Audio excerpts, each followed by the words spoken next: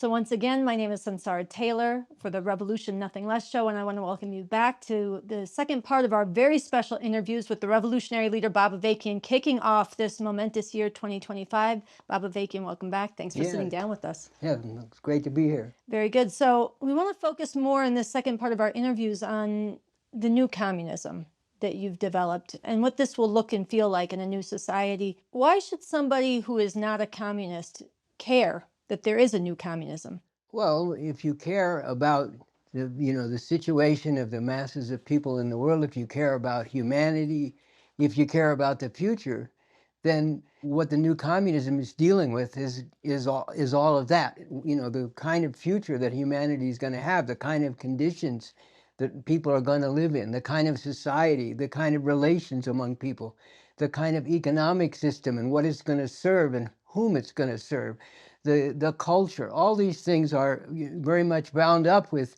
the whole question of the direction of society, the future of society, the future of humanity as a whole. That's what the new communism is all about. So if you aren't a communist, then it's one of two things. Either you're stuck in the system as it is, or or you don't know about all this and you need to learn about it. That's what I would say. Well, I think there are a tremendous amount of misconceptions about communism. A lot of, horror stories been told about communism. How is genuine communism different than what people's misconceptions are? And also, what's maybe new and surprising to people about the new communism? The main misconceptions people have are the ones that have been spread by the people who have the most interest in not seeing a radically different society, fundamentally different relations and culture and so on. Namely, the people who rule over the present system, the capitalist imperialist ruling classes in different countries, including at the top of the heap, the ruling class of this country. Those are the people that have the most interest in distorting what communism is about. And it goes from everything. You can watch something, like Jeopardy, and all of a sudden you're listening to the questions and trying to figure out the answer, or listening to the answer and trying to figure out the question as it goes on Jeopardy. And all of a sudden they sneak in some anti-communist, attack within a question. Never do they talk about the crimes of the CIA. They never have a question that says, for what institution in the U.S. government was responsible for the slaughter of nearly 1 million people in Indonesia? Is it the CIA? Yes, it is. No, they never have those kind of questions on Jeopardy, but they have all kinds of slander about communism, and then they have the contest to, they start out distorting the number of people who, were supposedly killed by Mao in China or whatever, and then they have a contest to see who can escalate the number. Oh, it was 10 million people killed by Mao. Oh, no, it was 20 million people. Oh, it was 30 million people. It was 40 million people. And none of those statistics are correct. There were hardships in China. If people who read, the Pearl Buck novels and so on back in the 1930s or whatever, could learn about what the terrible conditions of the masses of peasants who made up the great majority in the hundreds of millions in that society, what they were living like, and why they needed a revolution, how the revolution liberated and uplifted them out of those conditions. Eliminating massive diseases, eliminating the plagues of drug addiction. I remember I was in China in 1971, and I talked to a woman, whose son had been working in the mines in the old society. And it was for the mine workers, it was very much like the slaves in the U.S. before the Civil War. They had a saying, the slaves in the U.S., working from can't see in the morning till can't see at night. And I remember this woman telling us that her son said he never saw the sun because they worked 7 days a week and they would go into the mines before the sun came up and they would leave after it went down. And this, under terrible conditions of people. And so to deal with this, her son and millions of others became opium addicts. And all this was uprooted and eliminated when they got rid of these exploitative conditions in China. The oppression of women, on all kinds of levels, of bending, the binding of the feet of women so they would walk, like this and look more quote unquote sexy or whatever. All these, mass prostitution, which is now back in China, now that the revolution that Mao led has been reversed and capitalism has been restored in China. All these terrible things that went on, that the revolution moved to overcome and to uplift people beyond. And yes, were there shortcomings in these revolutions? Of course. These were unprecedented attempts of masses of human beings to transform whole societies. In the case of China, hundreds of millions of people, moving to transform society, to transform every aspect of it, a stultifying culture that reinforced all the feudal and capitalist relations of exploitation, the educational system, the culture, the science, to reorient them to serving the people, as was the popular slogan in China, for example. So in a massive undertaking, a massive, struggle like this, of course, mistakes are going to be made. And yes, there were some shortcomings in the understanding of the leadership, which contributed to those mistakes. So on the one hand, if we step back and look at the big picture, the grand picture of hundreds of millions of people engaging in a struggle to uproot all this oppression and exploitation and degradation, we can say, if you look into it honestly and scientifically, that it was tremendously positive in its main aspect. At the same time, we also have to scientifically analyze that there were real shortcomings, not only in what was done, but also in the conception and in the approach of those who were leading it. So that's a scientific assessment, and that's very important for people, including the great mass of people now who are not communists, don't consider them communists, to understand. Because another reason why people should care and should understand is, masses of people really do care about the kinds of things that a communist revolution would actually deal with. But they don't know that. Mm-hmm. And so they need to look into that, because people are frustrated, angry. I mean, among the youth today, there's all this depression and anxiety and suicide. Why? One of the main reasons is that they don't think there's any alternative to this horrific way that they're forced to live, even if they don't have an understanding either right now, without the scientific approach, of why the world is the way it is. They've been bombarded with the notion, inundated with the notion that there's no alternative to this, and that's very depressing. There's so much ignorance that a lot of people actually, they think, and China still claims that it's communist today. And so you said that the communist revolution there was reversed, but I wonder if you want to say more, just so people get, you're talking about something radically different than what people see today in China. Which are you asking? Why do I say that the revolution was reversed and capitalism was restored? Or are you saying more on people's misconceptions about what's going on there? I think that it claims to be communist, and a lot of people think that is what communism is today. Yeah. Well, look, the government is still in China dominated by the Communist Party of China. So how does it get its legitimacy? It gets its legitimacy, much as the distortions have lied about this. What was done through the Chinese Revolution is tremendously popular among the masses of Chinese people. So in order to maintain legitimacy, these new capitalists who are now ruling in China, and that's what they are, that's how they operate the economy and the society internally in China, that's how they relate to the world as a whole. They're capitalist imperialists, competing on the world stage against the dominant capitalist imperialists, the US and others. But to maintain their legitimacy and continuity of legitimacy, they pretend to still be communists. And also they want to maintain the rule, or, the essential role in ruling a society of the clique that they're part of.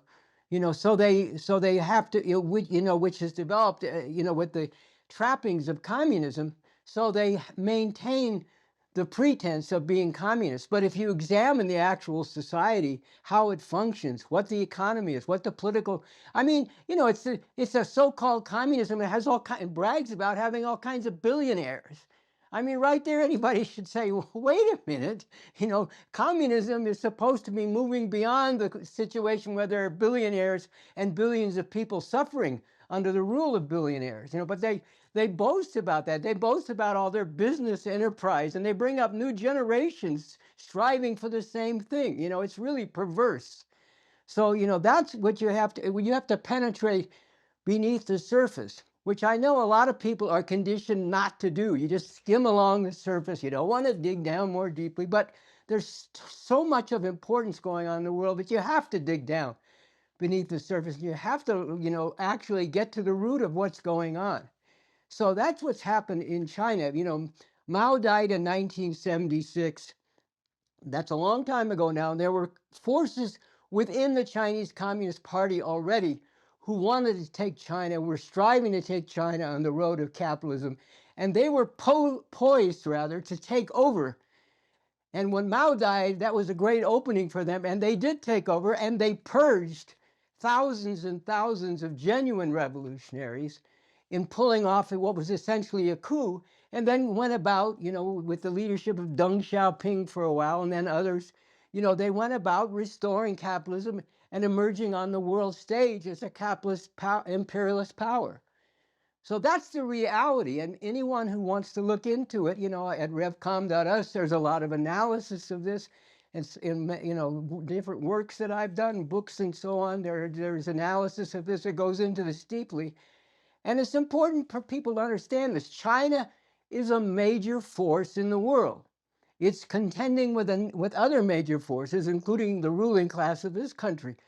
If you don't understand what that contention is about, what that rivalry is about, what it might lead to and why, what the dynamics actually are, then, these big world events are just going to roll right over you, and you're not going to have any sense of what hit you, to put it that way. In the first part of our interview, you talked about when you were first coming to political life, eagerly learning from others who knew more about the world. And I know you've talked before about learning from leaders in the free speech movement, in the Black Panther Party. And I know you also learned a tremendous amount from Mao, from Marx, from Lenin. But you also spoke in our first interview about, at a certain point along the way, or at different points, you saw also the need to go further, or maybe it was farther. What was that process like? I think it was further. Further, okay. Can you give a sense of what that process was like, in particular in relation to developing what's new in the new communism? Well, yeah, I mean, look, the basic idea of communism is to move beyond the world in which society is divided into a relatively small group of people exploiting masses of people in order to enrich themselves and in order to, maintain control and power over society, and to contend in the international arena with other capitalists doing the same thing. The whole point of communism is to move beyond that. The original founder of communism, if you want to put it that way, Karl Marx, talked about what we refer to as the four alls. He said, communism means moving to where you've gone beyond the economic relations of exploitation, not of capitalism, but also of all previous societies, like feudalism, where masses of peasant serfs are exploited by big landowners, and obviously slavery. It's going beyond all economic relations of exploitation, where one part of society is living by literally sucking the blood and breaking the bodies. And I'm not, exaggerating. If you look what's actually happening, including to more than 150 million children around the world, it's literally a system where a small number get wealthy and get powerful by breaking the body and destroying the souls, if you want to put it that way, of billions of people around the world, including more, as I said, more than 150 million children in places like the Congo and elsewhere around the world. So it's, communism means moving beyond that and establishing an economy that's actually, a cooperative economy with collective ownership of the means to create the wealth of society, and to use that and to produce it and to utilize it in the interests of the masses of people. So it's moving beyond an economy based on exploitation in any form. It's moving beyond social relations that go along with that exploitation, like the oppression of women, or in the history of the U.S., the horrific oppression also of Black people and other people of color. It's moving beyond the institution of government and of the state power of the army and the police and so on that enforces the system. It's transforming those institutions so that they serve the masses of people and back up the masses of people in carrying out the transformation of the economy and the relations among people. It's transforming the culture so that it reinforces and inspires people to rise up and carry forward the struggle to eliminate exploitation and oppression. You know, it's all those things that communism aims for. And it aims to get beyond a situation which has marked human society for thousands of years, where not only are people divided into exploiters and masses of exploited people, and oppressors and masses of oppressed people, but also people have moved beyond the individual struggle for mere survival, because that is guaranteed by the new economic system and relations and the way society, functions. And that, this is, tremendously important. Once again, you go back to Marx, for example, and I have learned a great deal from Marx, and it's very important. There would be no communism and there would be no new communism without Marx, even while, I've said in analyzing the historical experience of communism that on the one hand, Marx and his, running buddy Engels were extremely far-sighted, but also in some ways naive. And that's not surprising, because everybody is limited by the historical conditions in which they exist, no matter how much they see beyond those conditions. But you go back to Marx and Engels in the original founding of communism. Here's something interesting for religious people. They actually took the slogan that's from the book of Acts, I believe, in the Bible, and used it to describe the basic way in which communist society would proceed, from each according to their ability, to each according to their needs. That was something in the book of Acts. They talked about how the early Christian societies functioned. Now, in that situation, if I could just take a detour for a brief second, I hope, the original Christian societies were able to function that way because they were funded by some of the wealthier people in Roman society, and in the surrounding society. But in the future communist society, that's not the way it'll be. It'll be the whole society will provide for the implementation of the reality where people contribute to society voluntarily, because they understand that the more that the society as a whole advances in the interests of the masses of people, in the interests of the people as a whole, the better their own situation will be, because everybody will be working together to advance together. So they will contribute whatever they can according to their ability, and they'll get back what they need. For example, if certain people have an arrangement, where they have 2 or 3, children, and some other people in an arrangement where they have none, then the people with more children will have more need. But it won't be this kind of bitter rivalry and petty, competition over who's going to get what, because it will be an abundance created by unleashing the productivity and the productive capacity of the mass of people when they're not being exploited, and can contribute fully to the development of the economy, so that people's needs will be met according to their needs.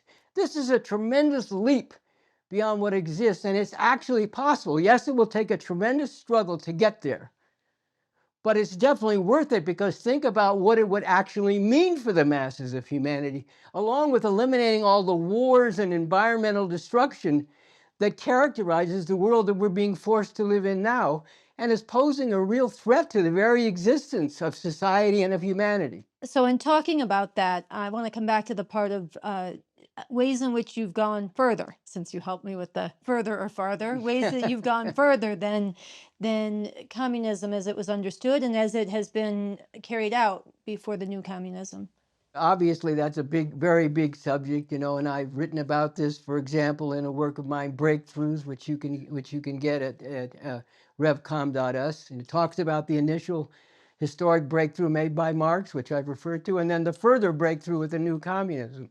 In the initial conception of communism, and in the social societies that were brought into being on the basis of attempting to apply communism, first in the Soviet Union, beginning in, after the revolution in 1917, up until the mid-50s, when the 1950s, when capitalism was restored there, and then in China with the success of the revolution in 1949 until, as I said, after Mao's death in 1976, capitalism was restored there. And you can see from the fact that I'm talking about the revolution being made and capitalism being restored, that this is a tremendous process of struggle against the old world and all the old ways, which are always, working and being and poised to spring back and come back into power and reverse all the emancipating gains that the revolution has achieved.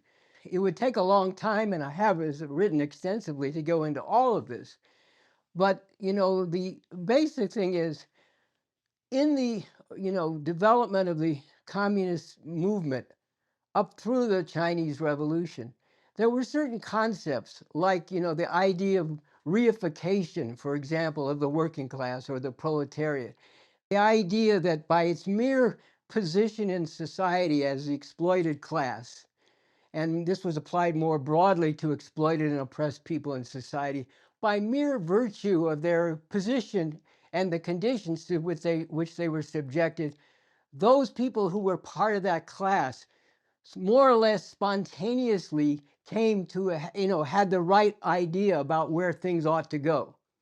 And you see a lot of that now, a lot of the postmodernist thinking, is picked up with some of these ideas of, like, now it's not so much the proletariat, it's different identities, and each identity knows because of its own lived reality, it knows what the answer to its situation is, and there was a lot of that in the communist movement, the kind of reification, as it's called, where the idea was that the proletariat sort of spontaneously would come to an understanding of where its interests lie and why it needs to make revolution and how it needs to make revolution and so on. There was some of that in Marx and Engels.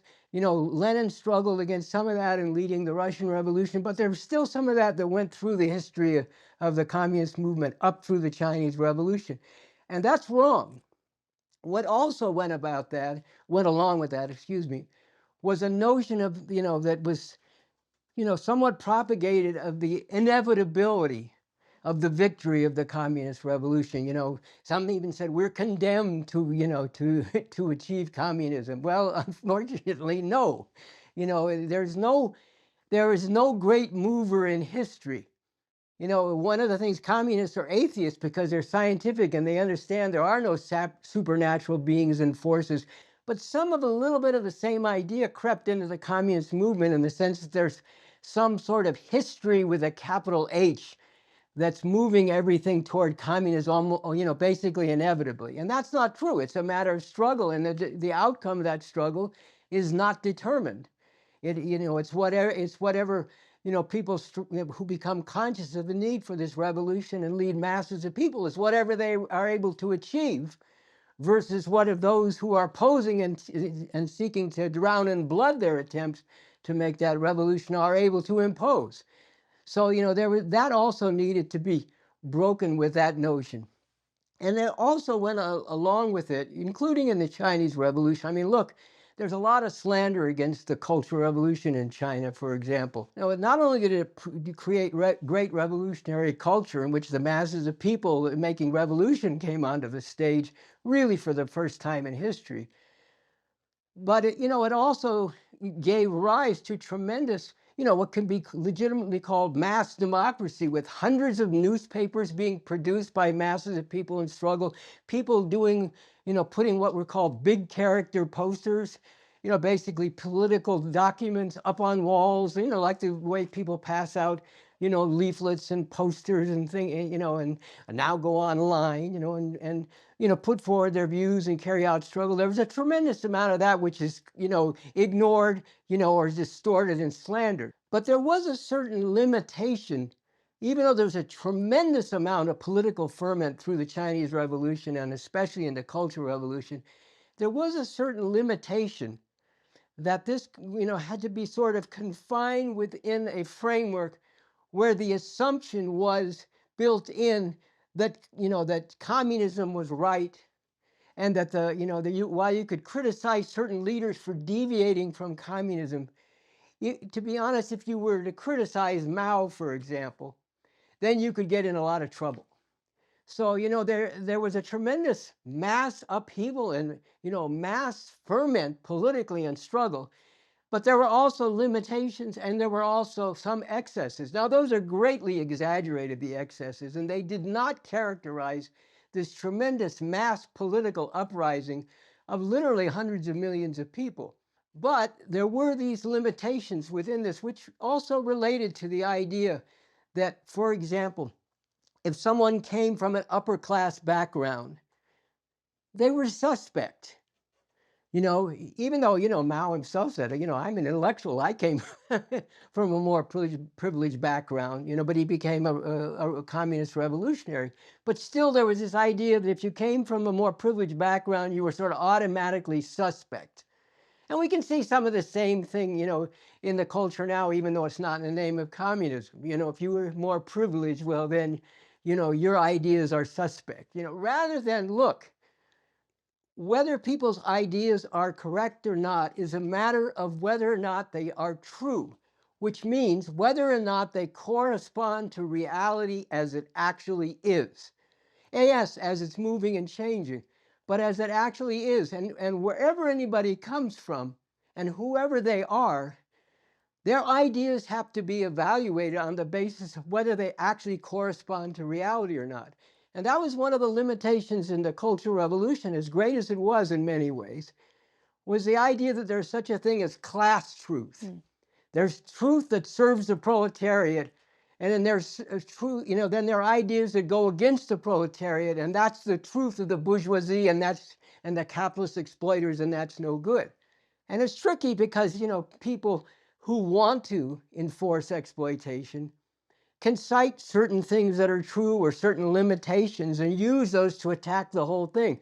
But you still have to thrash all that out and sort all that out on the basis of what's true or not. For example, I read something by Zbigniew Brzezinski, who was a major advisor under Carter, who just died, and, played a very bad role as a, functionary of US imperialism. But he wrote about the Russian Revolution, that there was a certain trend toward, autocracy in Russian society, toward tyranny, if you will. And that this, seeped into the Russian Revolution and explained why it was repressive.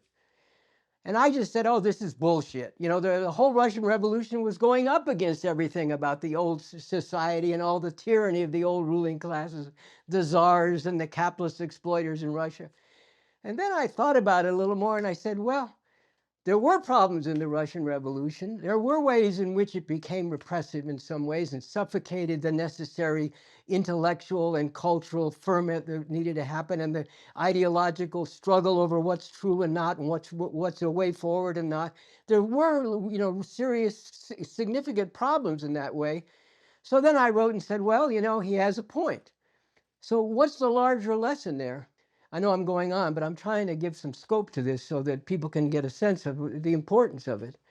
I said, well, what's the bigger lesson here?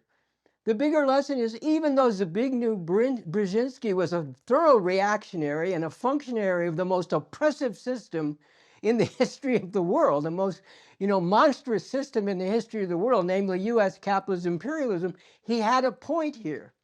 And you couldn't rule out or suppress the point that he had because it came from a bad source. And this is something that's very important to understand. Truth does not depend on who says it. And it doesn't depend on whether you like who says something or not, or whether overall they're playing a very bad role. Truth, it has to be examined in the concrete, and it has to be determined on the basis of whether something actually corresponds to reality. And I've made the statement, which is new about the new communism, that everything that is actually true is good for the revolution, is good for the proletariat, whose fundamental interest of abolishing exploitation and oppression is what this revolution is about. It's good for us as communists to know the truth, even if those truths make us uncomfortable, unhappy, make us cringe, as I said, in the short run and the immediate, because only by really, coming to understand reality in the fullest and most scientific way can you actually transform it in the interest of the masses of people and in the interest of moving beyond all this oppression and exploitation? So even if big oppressors say something, it has to be evaluated on whether it's true or not, and not whether, well, they're a bunch of reactionaries, so what they say is going to be bad, even if it might be true. You know, so this is also a very important part about the new communism. You actually spoke to a lot of what I want to ask about next, but I'm going to ask anyhow. And is because I want to have you speak about this in relation to the Constitution that you wrote for the new Socialist Republic in North America. And you've made the point that, and it's true, never before in any proposed or actually existing founding document of a government has there been anything close to the level of not only provision for dissent, protest, disagreement, ferment, striking out in many different directions artistically, culturally, and politically, as is written into the Constitution you authored, but also the encouragement for this and the fostering of it, while at the same time the whole of society, the economy, everything will be oriented in a different way to meeting people's needs and overcoming oppression. Can you give an example of how that's built into the Constitution you wrote, and a little bit more on why that matters so much? Yeah, well, there are a lot of examples, a lot of different dimensions. I mean, I could take one, for example, in the legal system and the rights of the people. Not only is the right of dissent upheld, including the right to advocate getting rid of the new socialist system and going back to capitalism. You know, if people attempt to violently overthrow the new socialist system, then they'll be defeated in that. But advocating for doing that is protected under this Constitution. But beyond that, for example, let me give you. I started to talk about the legal system. In the legal system, it establishes in the Constitution not only that there'll be institutions in the government for prosecuting crimes and criminal activity that people are accused of, but also there'll be provision for defense provided for people who are being so prosecuted, who are in an adversarial position with the government, because it's recognized that there can be contradictions, even in a socialist society, between the government and the people, where the government is wrong. So that's a very important thing to be stated, directly right in the Constitution, which it is. And then it's said that the institutions that provide for defense for people who are in an adversarial position, being prosecuted or whatever by the government, that the funds for that have to be at least equal to what's provided for the prosecution, institutions that prosecute people in this situation. Now think about the people who are working as public defenders, under this system, and the idea that they would have the funds at least equal to what the resources the prosecutors have is completely unthinkable under this system. So that's just one thing. One aspect of it. There, you go through and even in the prisons, which, yes, there will be a need for prisons. There will be still people who commit common crimes, quote unquote, including serious ones. And there will be people who attempt to violently attack people who are who are working to carry forward the revolution, which will be criminalized, if you're violently attacking people. If people are tried through the due process, and due process is provided for extensively in this Constitution, including real emphasis on the presumption of innocence, which is a joke in this society, but real emphasis on the presumption of innocence of people accused of crimes. But if they are tried through due process and convicted and sentenced and imprisoned, it's said not only that the conditions there have to be humane and the standards have to be those of society in general, rather than the terrible conditions in which people are held in prisons under this system, but also in terms of the people's education. Not only is education provided for, but it's said specifically that there have to be available to them all kinds of materials that put forward a broad array of viewpoints, not just the viewpoint of the socialism and of the socialist government, even things which historical works and other works that are in opposition to what the socialist government stands for and is working to bring about. That's also, an application of what I'm talking about with the new communism. Or in the educational system, the same thing. The purpose of the educational system is not as it is under this system, so that we can get a bunch of technocrats so we can outcompete and, and win conflicts with other capitalist imperialist countries. It's, as the Constitution says, to enable people to pursue the truth wherever the truth leads on the basis of scientific curiosity and intellectual ferment. Now, I'm paraphrasing, but you go to the Constitution, you can see that basic point is right in there. Or you can go into the media and culture. In the media, it said, that even in the government-run media, there has to be provision for people to articulate opposing views right in the government media. But beyond that, there has to be extensive funding for independent media, which are not, just tied to the line and the position of the government and may be critical of the government, even may be critical of the whole socialist system, that there has to actually be public funding to enable those people to give voice to that. And the same in the realm of culture. Not only a fostering of culture on a broad scale, but also even cultural works which do the same, which call into question not only policies at a particular time of the government, but even the whole system, the whole new system that's been brought into being and where it's attempting to go. Why? Not because ultimately I'm, after all, a nice liberal and want to, pander to all these liberals out there who complain about communism being repressive. That's their problem. What the reason for this is it goes back to everything that's actually true is good for what we're setting out to do, and you need a lot of intellectual and cultural ferment. First of all, so that people can, give expression to that and can breathe and feel at ease in society and can be enriched by a lot of that. And so that you can sort through and learn more deeply what the reality actually is through this very complex and at times even intense process. And I've said that, for the people leading this, who do recognize the need to take it to communism and to work through all the contradictions and conflicts to overcome all the oppressive and exploitative relations, for those people to implement what's called for in this Constitution really will require them at times to go to the brink of being drawn and quartered, pulled apart by the contradictory trends and struggles in society. But you have to be willing to do that in order to more deeply carry out the process of advancing toward, beyond all these four alls that Marx talked about, all the exploitation, oppression, the repressive institutions, the stultifying and degrading culture, and get to a whole different world where all those things finally are left behind and human beings really can relate to each other as fully human beings. Picking up on going to the brink of being drawn and quartered, we've been talking. Oh, you had to go there, huh? Well, you brought it up.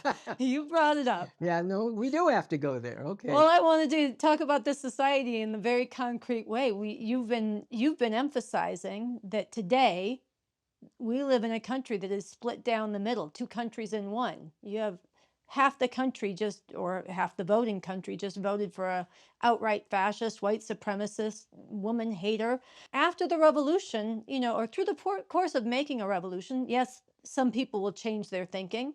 They'll be challenged, they'll transform, but a lot of people are not going to be with this revolution. Some who are going to be hell-bent against it still, all those people are not going to change. There'll be other sections of people who have been on the front lines leading and fighting for this, who've really become communist emancipators of humanity.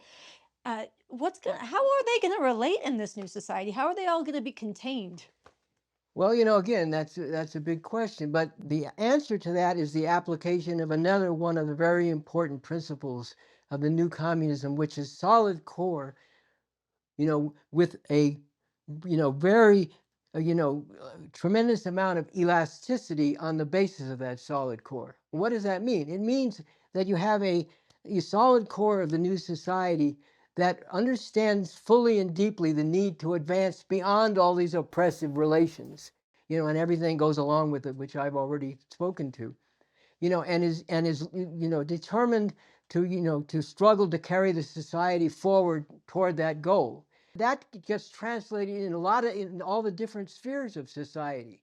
The Constitution does set down what the character of the economy is going to be. It's not like, well, we can have capitalism for a while and then socialism. That doesn't work because, if you have capitalism, it reorganizes people's, relations and people's ways of thinking that is going to take you back to all the horrors that you made a revolution to get rid of in the first place. So the Constitution lays out, it has a solid core. There's going to be a socialist economy, which means it's going to be an economy moving to overcome exploitation. It's going to be moving, the society is going to be moving to overcome these long-standing, profound relations of oppression, some of which I referred to. All the inequalities and, and the degradation of people. It's going to be moving, that's all written into the Constitution, that those are concrete goals and objectives. So that sets, on the one hand, sets the terms. On the other hand, those who disagree with that are not going to be just, summarily declared, beyond the pale, to use that term, and therefore they're all going to be rounded up, put in jail or executed. That's not the way you're going to get to communism. So they can, the provision is made, and as I've said, it isn't just they're allowed, provision is even made for them to express their dissent in various ways, artistically, politically, socially, and whatever. But, that's within a certain framework of you're going toward a certain goal. And it gets characterized in the way the, elections are held so that, people can take part in elections who oppose the direction of society. But, there is a certain solid core within the electoral process that is, an instrument for moving society forward on the road of overcoming all this exploitation and oppression. At the same time, if a great, great majority of the people through the electoral process, declare they want to go back to capitalism, and you can't talk them out of it, you can't talk sense to them, well then, they could actually effect that, but it would have to be a great, great majority. So you got this running through society, you have this principle of solid core with a lot of elasticity, but based on this solid core. And that, that's something that has to be handled correctly, and the leadership and growing numbers of the mass of people have to be led to understand why it's so important to proceed in this way and how to actually implement that and apply it in a living way. And let me just say one other thing, this idea of dissent, supposedly, under this system with this Constitution, the great American democracy, supposedly, dissent is allowed. But you look what's happening to the people who've, protested against the genocide being carried out by Israel in Gaza with the full backing of the U.S. government, arming it to the, massively and covering it for it diplomatically and politically. Look what's happened on the campuses. You mentioned I was part of the campus protests back in the 1960s. I was part of the original free speech movement at UC Berkeley in 1964. And we were up against a lot of repressive measures by the administration and the powers beyond the administration at that time. But what's going on now in the campuses is far beyond that in terms of how repressive it is. That shows you what the actual nature of this democracy is. It's actually a dictatorship of the capitalist class, and as soon as anything touching on their fundamental interests, which the role of Israel in the strategic region of the Middle East is, down comes a heavy hammer of repression. And people have to not accept that. They have to rise up against it in even more powerful waves of protest and upheaval to not accept that and to break through this repression. Or you can even look at it in the intellectual realm. I talked about how with the Constitution for the new Socialist Republic in North America, there would be provision made for people, even in the government, institutions, media, and so on, to express views opposing what the government is doing, or even opposing the government and the system as a whole. Try to find that in the dominant institutions of this great American democracy, which is really a dictatorship of the capitalist imperialist class. Even in the realm of publication, a major public intellectual, internationally renowned and respected, like Noam Chomsky, for example, who's not a communist revolutionary and isn't calling, let's overthrow the whole system, but is making a lot of sharp criticisms of what this, government in this country and this system does, he can't even get published in some of the major publishing, houses. Won't publish him, even though he's a world-renowned intellectual and respected around the world. So, there's nothing like that under this system, and it's partly, out of recognition of, why, sort of in opposition to that, why it's so important to have intellectual and cultural ferment, that this is written into the Constitution for the new Socialist Republic in North America. So let's talk about the international picture a little bit with the new Socialist Republic. You've made the point about internationalism, the whole world comes first. It's in your book Basics, from your talks and writings, quotations, and essays. How does that apply in the new Socialist Republic? Look, there are a number of contradictions that the new communism is setting out to deal with in a way that's beyond the way these contradictions have been dealt with in past communist revolutions and socialist societies. And, I think this is very important to understand. One of these contradictions I referred to, which is how do you advance toward communism on the basis of the masses of people moving to do that through all the different contradictions and ebbs and flows of the process without, as I put it, metaphorically, putting guns at the backs of the mass of people and, in any case, force marching them to communism, which you cannot do and will not work and will actually lead to a revolt against you and will actually lead back to capitalism or feed the forces seeking to go back to capitalism. So that's one contradiction that the new communism is consciously setting out to deal with, or that I've set out to deal with in the new communism, which is actually leading masses of people through all the contradictions and difficulties to advance on the road to uprooting and overcoming all these exploitative and oppressive relations and advancing to communism without, force marching the people to do it. Or another way to put it is, how do you do that without turning out the lights intellectually and culturally? And that relates to another very profound contradiction of transforming the world in the direction of communism and transforming particular countries on the road to communism as part of an overall international or world process. And that is, how do you orient your society to actually, including the economy in particular as the foundation of everything, how do you orient it toward meeting the fundamental needs of the masses of people, in particular their basic material needs on an expanding basis, as well as their intellectual and cultural needs, without, once again, turning out the lights, without, not providing for or even suppressing intellectual and cultural ferment, dissent, and so on. This is another contradiction that the new communism is dealing with in a completely different way, on a completely different level than it's been dealt with in the past. Now, another dimension, to get back directly to your question, is the international dimension. How do you handle the contradiction between the things I've been talking about, meeting the needs of the people, transforming the particular country on the road of socialism toward the final goal of communism in the world, with everything that's involved in that I've been just touching on, while at the same time being oriented fundamentally toward advancing the struggle of people worldwide toward the same goal. And that can be a very acute contradiction, both materially in terms of, like, look, there you have, at any given time, you only have so many resources.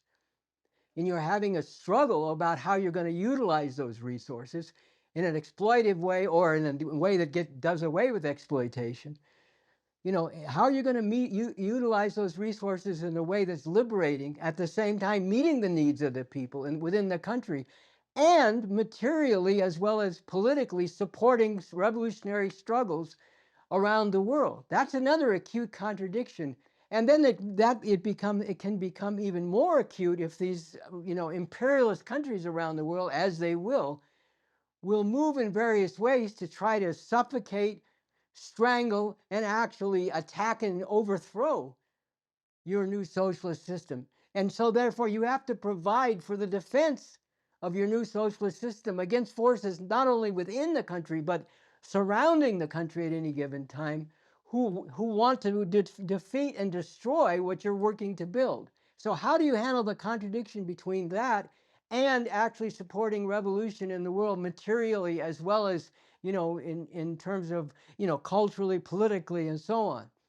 So, all these are dealt with in a different way by the new communism, not saying, oh, well, let's just do everything for the world revolution, and we don't, so what if people can't go hungry here in this country, or they have no shoes for their children? No, you have to pay attention to those needs as a very basic question, but you have to figure out how to handle the contradictions so at the same time you're increasingly able to give material as well as political support to the revolution in the world as a whole, because you recognize that ultimately, not in any, immediate terms, but ultimately, you have to advance to communism on a world level. And, you cannot just be an island of socialism within a sea of capitalism, imperialism over any long-term, period of time.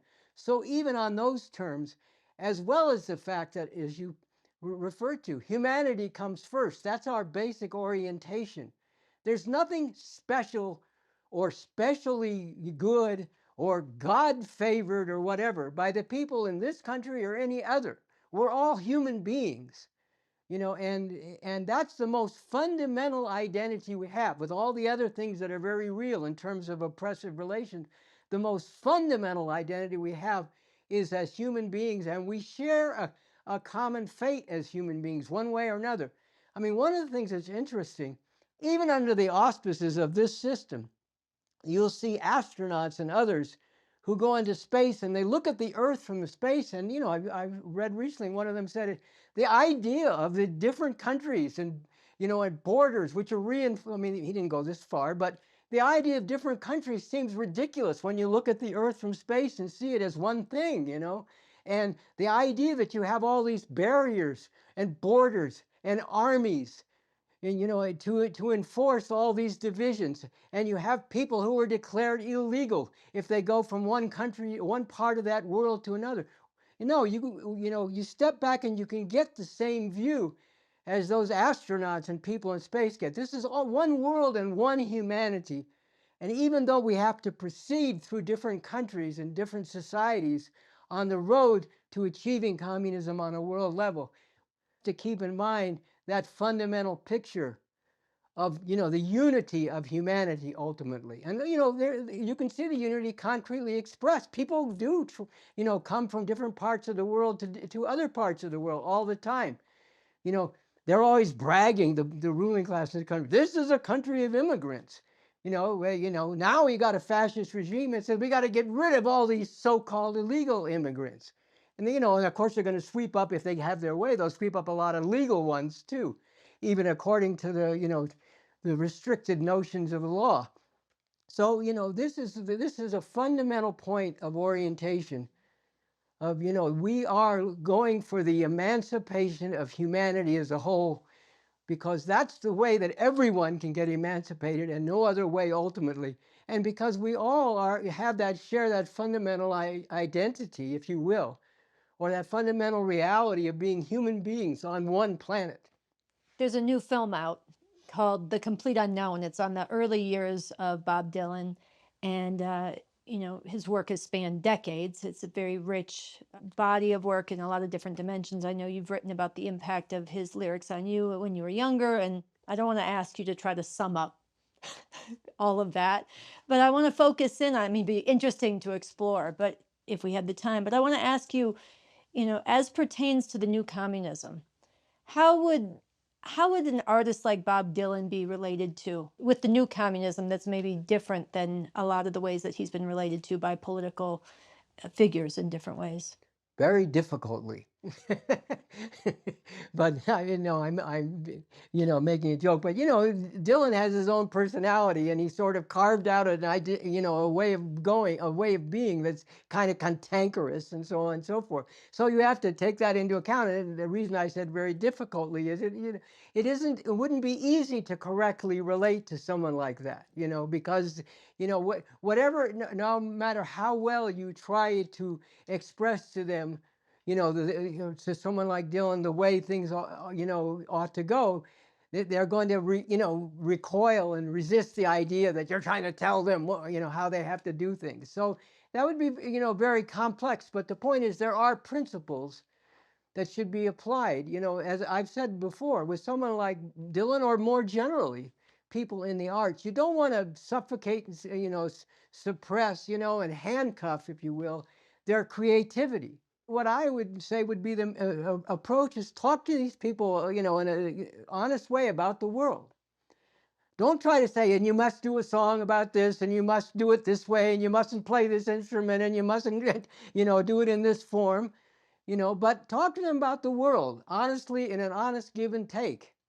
And then, let them, on that basis, go and do what they do, and then see what results from it, and respond accordingly. And, I joked, said very difficultly, because this is a difficult contradiction, to provide orientation for people in a way that actually, doesn't suffocate their creativity.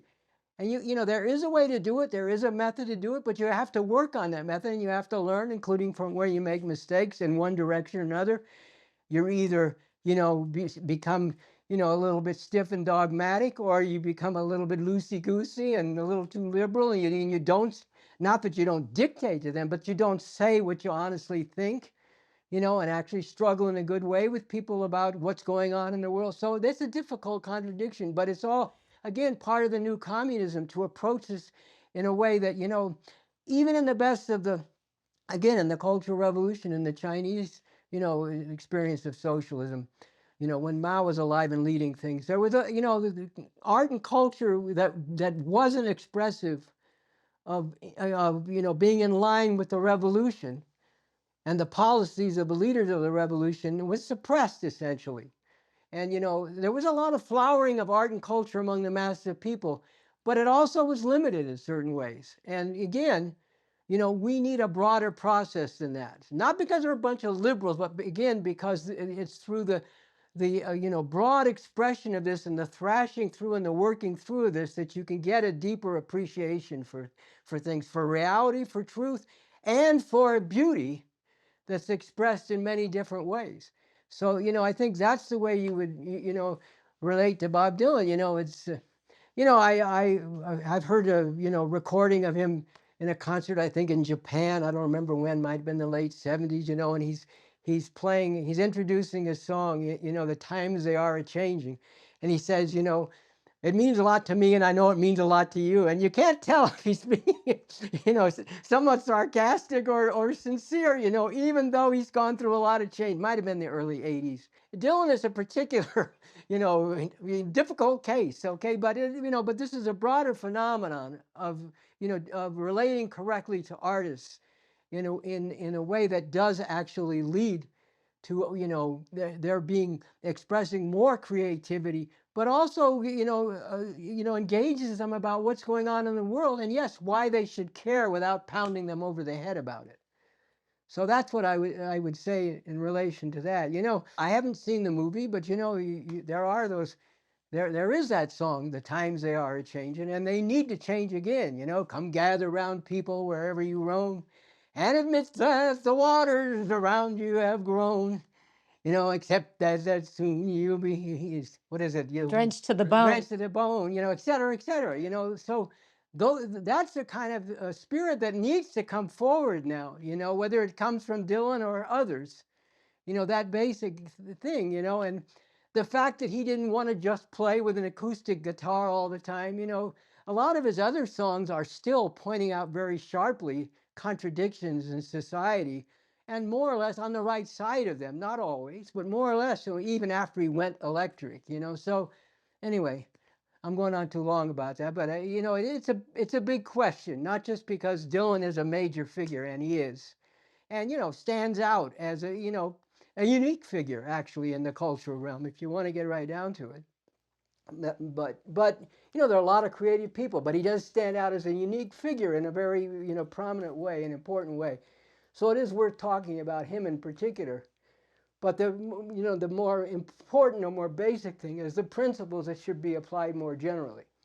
Well, you also have made the point about it's dangerous to lead a Marxist revolution or be the leader of a socialist state if you don't have a poetic spirit.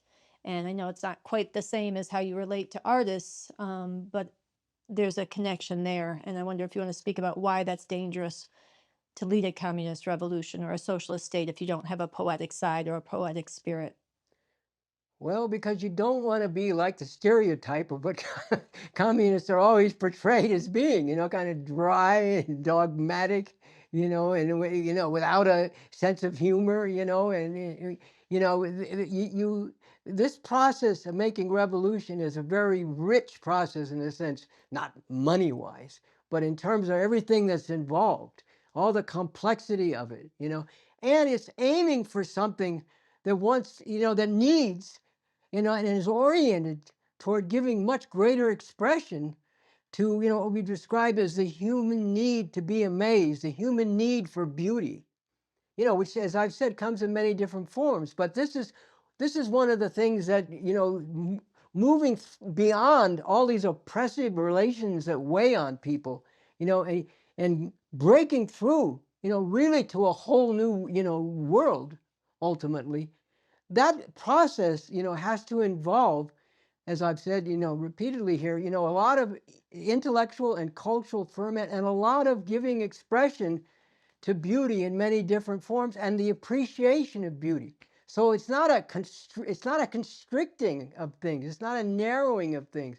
It's not a suffocating of things. It's giving expression. Yes, on the basis of a certain, once again, solid core of moving beyond all these oppressive and exploitative relations. But there's a lot of complexity and a lot of richness that goes into that process. And so, the poetic spirit is kind of a metaphor for saying that you have to have the orientation toward welcoming and embracing all that, while at the same time working to lead it ultimately on, on a broad road, as I've said, toward the, a whole different way that human beings are organized in society and in the world and relate to each other. I want to ask something that has a personal dimension to it, but also touches on something that's right at the heart of the new communism. You have, and you've said this, you've never hesitated to tell people the truth. And you said, and I believe you, you never will hesitate to tell people the truth about really important life and death matters, even when people don't want to hear it. Then Which they often don't. Go ahead. You want to talk No, about go it? ahead. I'm sorry. Well, it's true. They often don't. And then at the same time, you've made the point, I know in your social media message 111, you said, look, one of the most fundamental things about the new communism is to really be scientific and tell people the truth about what are our aims as communists in fighting to change the world. In that situation, you were talking about how serious we are about uniting everybody who could be united to defeat this fascism. But it's a broader principle. So this is both at the core of who you are, and it's at the core of the new communism. And I think it'd be important to talk a little bit more about why that's so essential and how you acquired that quality and why it's so central to the revolution you're fighting for. Well, I mean, there's a lot that goes into it, and we don't have time to get into all of it. I mean, as part of my upbringing, you should try to understand what actually is, even with some limitations and how that was approached when I was coming up, including because my parents were religious, and so that, was a dimension in which, you were sort of encouraged to believe in things that didn't exist, but there was a general culture. It wasn't a dogmatic religion. It wasn't a fundamentalist religion, and it was a broad-minded and a generous spirit about that religion, and that had an influence on me. But my upbringing, we were just basically, it was part of the. My father was a lawyer, and within the realm of the courtroom, you're supposed to, even though there's a lot of deviation from that, if you will. You're supposed to go for the facts, for the truth, So that's a kind of the way that I and my siblings were brought up. Was you try to understand what's actually true. And then, also we were brought up with certain values, about, treating people well, and, the idea of equality, if you will, and discrimination is wrong, racism is wrong, and so on like that. And so, when you're growing up that way, then you approach things and you approach people like just straightforwardly.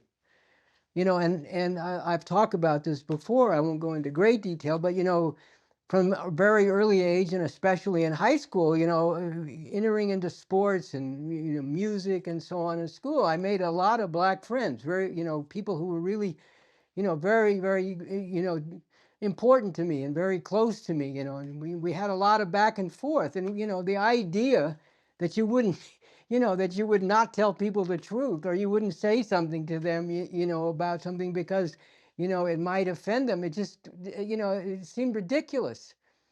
So that's kind of in the upbringing. And then once I became more politically involved and went in direction of revolution and communism, understood in basic terms that it's a scientific approach to things and that it's necessary to be scientific, then what flows from that is you don't go beating people over the head with the truth, but you do have to tell them, frankly, the truth. And if you see them doing something that's wrong and harmful, whoever they might be, you have to say so. I mean, that's what that's what friends do or should do. That's what we did in the circle that I was in, coming up, and that's what, in the broader sense.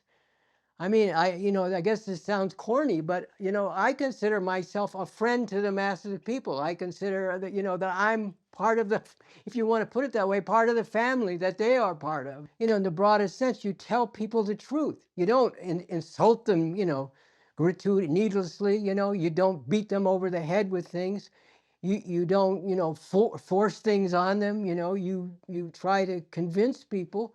And you listen to people, because you're not always right either, and people can convince you that that you're not seeing things the way they actually are, or you're not doing things as you should be doing them. But that's the process that should go on, both, in terms of your personal relations with people, but, much more importantly, because it has much greater effect in terms of how you proceed in the larger society, in the larger world. So to me, the idea that you wouldn't tell people the truth because it might be inconvenient to tell them the truth, or you might be accused of being arrogant, or you might be accused of this or that if you speak the truth, unsparingly, not arrogantly but unsparingly. Well, that just doesn't make any sense to me. It just strikes me as profoundly wrong. So as I've said, I haven't hesitated, and I won't hesitate to tell people, the truth about important things that they need to know, because they do need to know them. And then you listen to people and you go back and forth, and you work through things. But the idea that you'd hold back because, oh, you're from this identity or that. Yeah, look, there's a lot of arrogance that people get by being in a superior position over other people. And that's something that that we're moving to completely move beyond and do away with. But that's different than honestly telling people the truth about things. And then, as the saying goes, letting the chips fall where they may, and working through the contradictions that are part of the process. If you don't tell people the truth as you understand it, while you're willing to learn that you might be wrong, if you don't tell people the truth, you're cheating people. You're depriving them of an understanding they really need to have, especially if it's about anything important. I want to take the last period of this interview to return to some really important questions about leadership, about your leadership in particular, and back to the immediate moment we face. Very, very widespread in society today is the notion, especially among progressive people, decent people, young people who want positive change, that leadership is a bad thing. And I wonder if you could speak about what is leadership and what is communist leadership in particular, and why should people follow your leadership? Well, first of all, let's get that one thing straight. People are being led all the time by forces that are standing above them, and in effect, in real terms, dictating to them. Terms are being set for them and dictated to them by the very operation of the system. It hems people in and forces them in all kinds of ways to do all kinds of things, and prevents them from doing all kinds of things. So the idea that you're somehow existing in a vacuum, not being led, and no terms are being set for your life, is completely contrary to the essential reality. So that's people are being led all the time. That's the first thing, and people follow leaders all the time. They idolize all these bourgeois leaders and cultural figures, including ones who are actually representative of and putting forth terrible things. People follow them and idolize them all the time. You can go look at the popular culture, and think about people that are idolized and may have millions of followers at any given time. Politicians, people in the popular culture, influencers, and what all. So that's one thing that has to be understood. Leadership is or should be a process that enables people. It goes back to the whole point about science too. It enables people to understand the world as it actually is, where the interests of the masses of humanity, of which they are a part, actually lie, actually are, and how to go about transforming things in accordance with those interests. That's the fundamental thing of leadership. It proceeds according to a certain scientific method. It understands, leadership, correct leadership, it involves an understanding of learning from people, but as we've been talking about, also struggling with people to get them to have a scientific understanding and approach, so that it's not just a handful, but a growing number of people who are approaching the world and the question of changing the world in accordance with how the world actually is, the way it needs to be changed in order to be in line with the interests of the great masses of people in the world, and how to go about making that happen. That's what leadership, and in particular communist leadership, is. So that's the answer to that, in basic terms, to that question. As for why people should follow my leadership, it comes down to, this is what I'm setting out to do and have been setting out to do for decades now, is what I just described. Enabling people to, more and more deeply and in a living way understand the reality that that they're part of. How this reality is setting the terms, not just for them, but for, much greater numbers of people, and ultimately for humanity as a whole, where this all needs to go in order for human beings to be able to fully give expression to their humanity, if you want to put it that way, and how to go about making that a reality, and enabling growing numbers of people to take up and apply the same scientific method, and then in turn lead others to do the same. So this is what my life, for a complex of reasons, which we won't get all into now, but this is what my life's been about for decades. And, people, let me put it this way. I think, I said before, I consider myself, a friend of the masses of people. When I was shaped by my, personal and deep relations with people who were brutally and bitterly oppressed under this system. And, these were friends of mine, literally and directly, but also by extension. This extended to people much more broadly that were in the same situation. And I've considered myself, I consider them a friend to me, and I consider myself their friend. And, as the more I've learned about the conditions of the masses of people in the world as a whole, the more this has been extended to that orientation has been extended that way. There's a lot of things that go into that, including, ironically, some of my religious upbringing is fed into that, even though I transformed that thinking, became an atheist.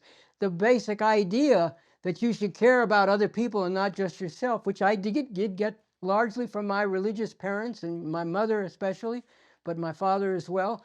That has also, been part of what's motivated me. And then I've come to understand the world in a more scientific way, and it hasn't lessened the sense that you should care about people. It's given me a much broader sense of that.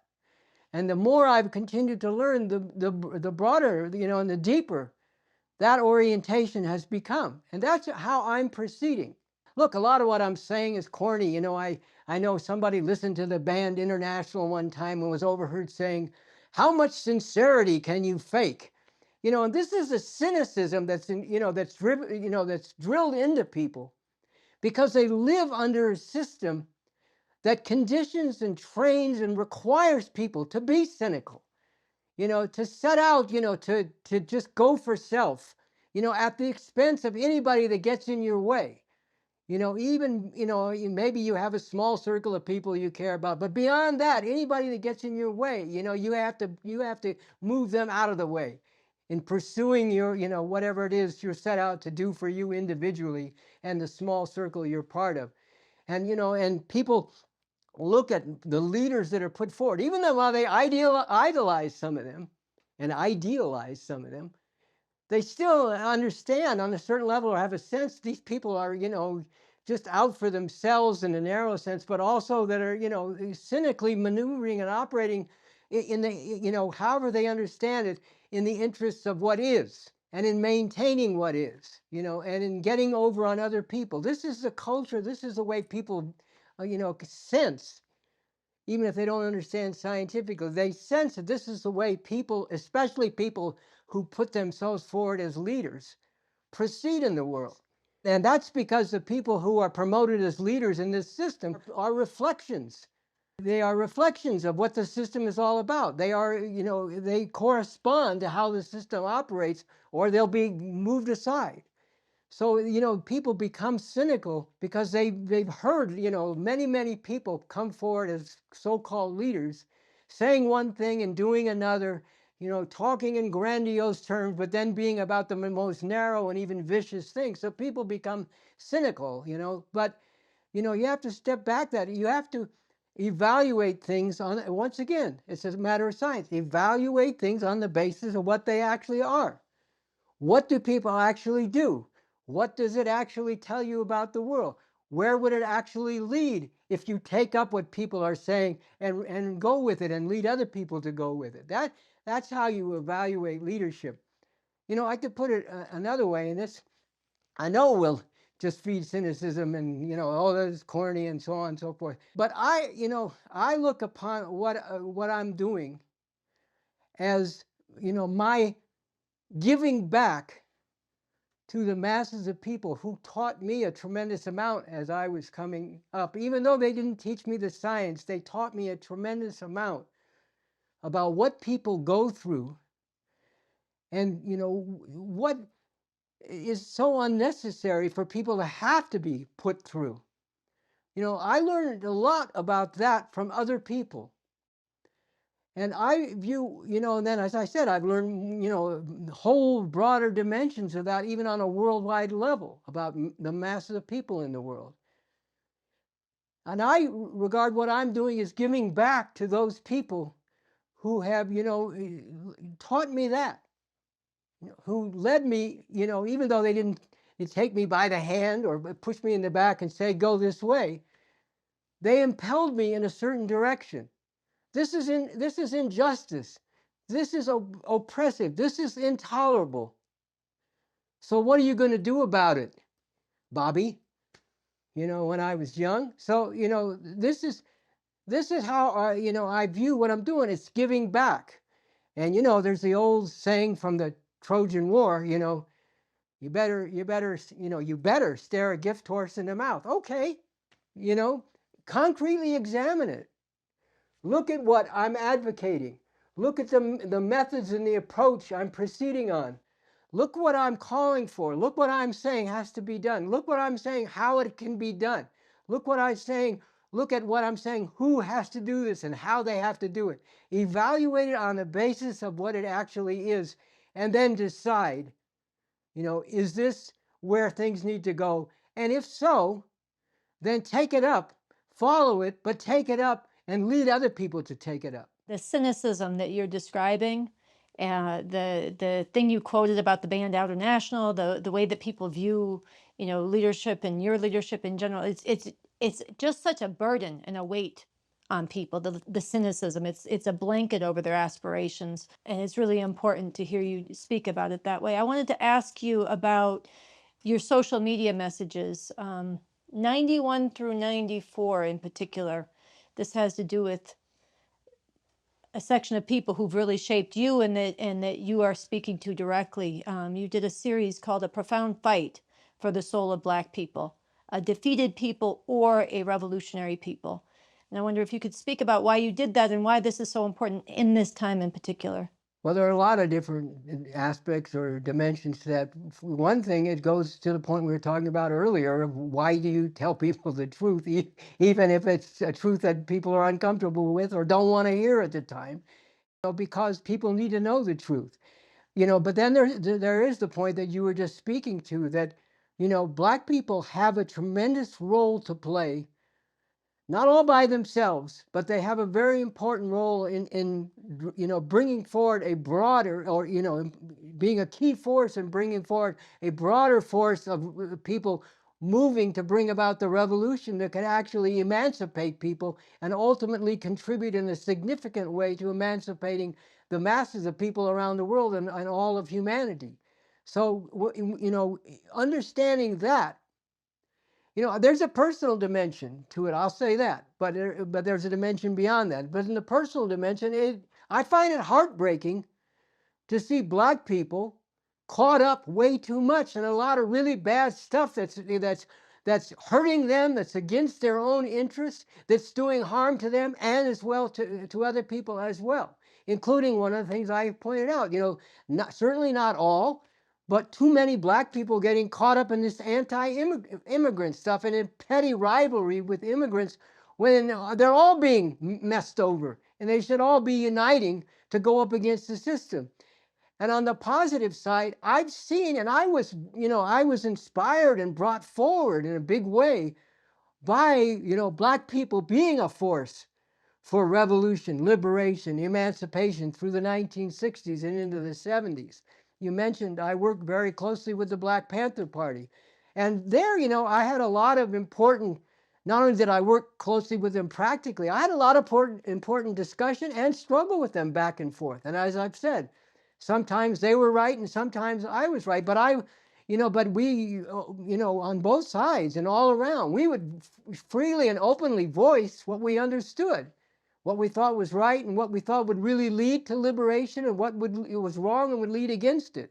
And that's the way, I've approached things, for decades now. And, there is, to go back to that point, I see the tremendous potential of Black people, which is being suffocated and suppressed, brutally, murderously by the police in particular, and by mass incarceration, and by being confined in these terrible conditions where youth grow up with, really no future. I've seen that, and but I've also, never lost the sense that deep down among the masses of Black people, there is a profound yearning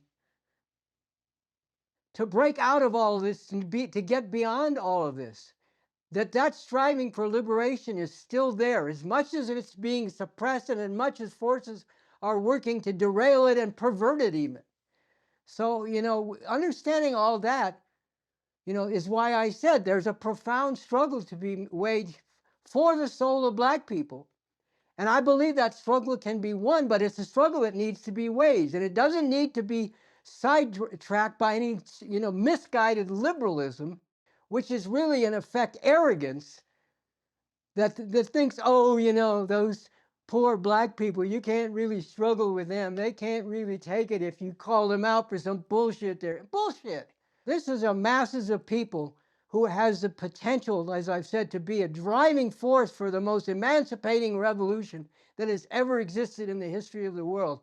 And they need to be struggled with to come forward and play that role. And that was the point of those social media messages.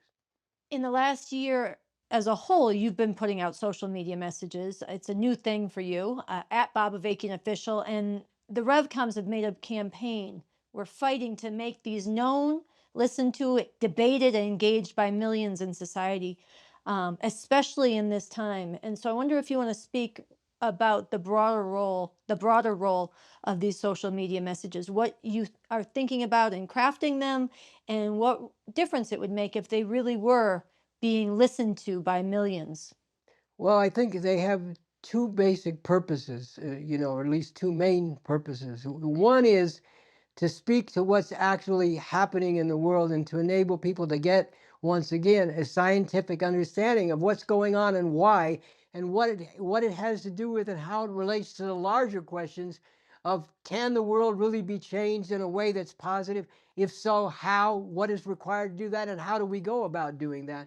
So there's, on that sort of very broad level, and then there's also working to enable people to grasp and themselves take up the method that goes into analyzing, the things that are happening at a given time. There's analysis of particular events going on, whether it's the genocide of the Palestinian people, or the oppression of black people, or the oppression of women, the attack on LGBT people. It's speaking to particular things that are happening, or what's represented by the war in Ukraine and how that's a proxy war that among imperialists, that the U.S. is not backing, for the interests of the people of Ukraine, but it's backing out of its imperialist rivalry with Russia, and what the potential danger beyond even the destruction of, and the death of that war. What's the potential danger there of even greater war among these imperialists? It's speaking to all particular things like that. But it's also, seeking and working to give people the kind of method that's necessary to scientifically understand these things, rather than all look like a big jumble of mysteries, and then people being provided with explanations which don't really explain things, but which keep them boxed into the world the way it is, with all of the horrors that are going on and the even greater ones that are looming. So those are kind of the purposes of these social media messages in an ongoing way. And I try to do it in as timely a way as I can, so it relates to things that are on people's mind. Again, the short attention span. You have to try to speak to things as quickly as you can while people, still thinking about them. At least thinking people are thinking about them, and trying to create, and the purpose is to create more thinking people, get more people to become thinking people, critical thinkers, and revolutionaries on that basis. Those are the purposes. So, it's very important that amidst all the noise out there, that this, break through and reach people and get people themselves involved in struggling over what's being said in these social media messages. Is it true? What if it is true? What are the implications of that? How do we understand this? What's the method that's being used to go after the different aspects of reality that are being engaged and analyzed? So it's very important, with all the noise out there and all the distraction out there that keeps people numbed, and worse, to try to, break through that and rally people to the, to the orientation of really engaging deeply with the world and what needs to be done about changing it in a positive way. And moving closer to a conclusion here, one more time, to how could it really be real that tens of millions could come forward to defeat this fascism? And how does that relate to being in a time when revolution is more possible? That depends, and we talked about this before, that depends on people caring. Well, there are tens of millions of people who do care. There are tens of millions of people who hate the various ways in which people are oppressed and demeaned and degraded, whether it's women or black people, Latinos, other people of color, whether it's LGBT people, whether, care about the environment, people who, understand, at least on a basic level, that the great majority of immigrants who are driven from their own homelands, across the world and come to this country, are doing so because of conditions that have become intolerable for them, and in order to try to find some kind of better life for themselves and their families, on that sort of basic level. There are people who really deeply care about all these things, but at the same time, they're locked within the framework of the existing system. And so right now, most of them are paralyzed with fear, paralyzed with demoralization, paralyzed by the notion, well, after all, we talked about this way back at the beginning, that after all, this is a legitimate way the system operates, and this is what the American people chose. This is being drummed into them all the time. So they're being paralyzed by this, and but that stands in very sharp contradiction that they do care, but they are never going to be led by the Democratic Party and by other mainstream ruling class representatives to rise up against all the things that they do care about and even deeply hate, which I was just speaking to, including the danger of nuclear war as well as environmental destruction. So people have to break out of the idea of going along with this is the way things work under this system. And as we talked about earlier, they have to go beyond the idea, well, we just have to be let it be known that we don't like this stuff or we hate this stuff and we want it to stop. And then if they don't listen to us, well, I guess there's nothing we can do. There is something we can do, and people need to be, one, to understand there is something they need to do, but it is going to require putting yourself on the line. It is, but not just by yourself, together with others. It involves winning others and winning others to win others, to become a mass force, to come onto the political stage and to break out of the stranglehold being exerted by the Democratic Party officials, and the Democratic Party as a whole, and by the dominant media and all the other people who are, cravenly capitulating to this fascism in order to preserve the stability of this monstrous system.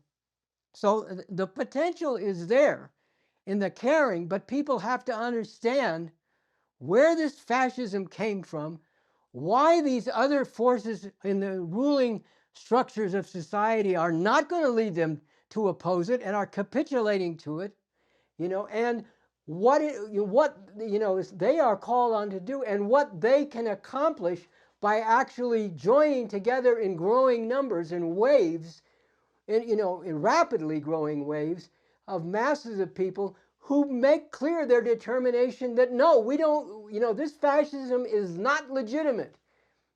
The fact that it is coming to power through the normal processes of this system does not mean that this fascism is legitimate. What it does raise is that the whole system is illegitimate if this kind of fascism can arise out of the soil of this system and come to power through the regular processes of this system. So that takes you to the verge of the next point. And these things are different. It is necessary to unite millions and millions of people in a massive, determined movement to prevent this fascism from being consolidated and carrying out its horrific program. That unity has to be as broad as it can possibly be, including people who aren't convinced that this is somehow related to the fundamental nature of the whole system and the whole system has to go. But at the same time, those of us, revcoms and growing numbers of people who do understand that this is rooted in this system, and is not the only horror of this system, but it's just one, concentrated horror of much greater atrocity and outrage of this whole system. Those of us who do understand that at any given time, while uniting as broadly as possible with others who aren't yet won to that, need to be, bringing forward and struggling sharply to bring that understanding to growing numbers of people and handling correctly and well the relationship between the broad unity, uniting all who can be united, to really prevent this fascism from carrying out its horrific program, while we're working to win growing numbers of people to see that it's the whole system that's a horror, that this fascism is one concentrated expression of the horror of this system, but it's fundamentally, as I've said, both a horrific and a completely outmoded system that humanity needs to and can move beyond, and we have to rise up in revolutionary struggle to bring about a whole different system, sweeping this one completely off the stage of history and getting into all the things we talked about earlier in terms of transforming society and ultimately the whole world in a really emancipating way.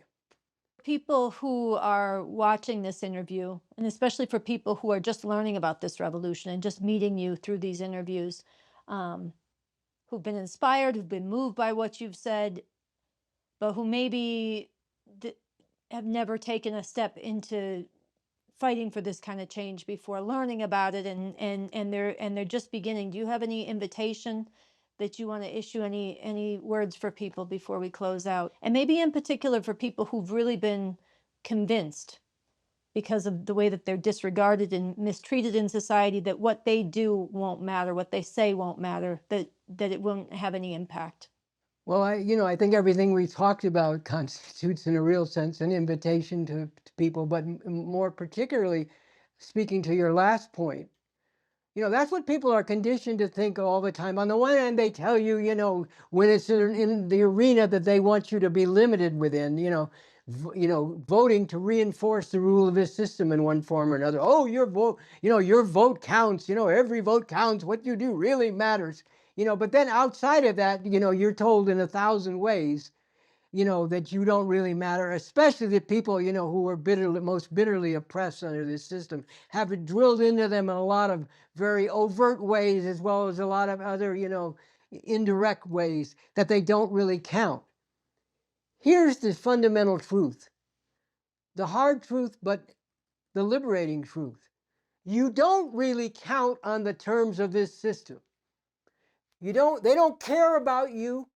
They'll use you up and then spit you out, throw you on the garbage heap, or just throw you on the garbage heap without even using you up if they can't find a way to exploit you profitably or use you as cannon fodder in their wars. You don't matter to them. You don't count under the terms of this system. And as long as you stay confined within the terms and the limits of this system, what you do ultimately won't count for much of anything. But you can count for a tremendous amount by breaking out of the confines of this system, recognizing it for the monstrosity and the completely outmoded horror that it is, and becoming part of the revolutionary forces rising up to abolish this system and to bring something much better into being, where not only you, but everyone like you in the world, and ultimately humanity as a whole, finally comes to count in a whole new dimension. Bob Avakian, I want to thank you tremendously on behalf of the whole Revolution Nothing Less team, but even more on behalf of people everywhere who are listening and need to learn about these interviews, for sitting down with us, for sharing your thoughts on these times, and for the ongoing leadership that you're providing.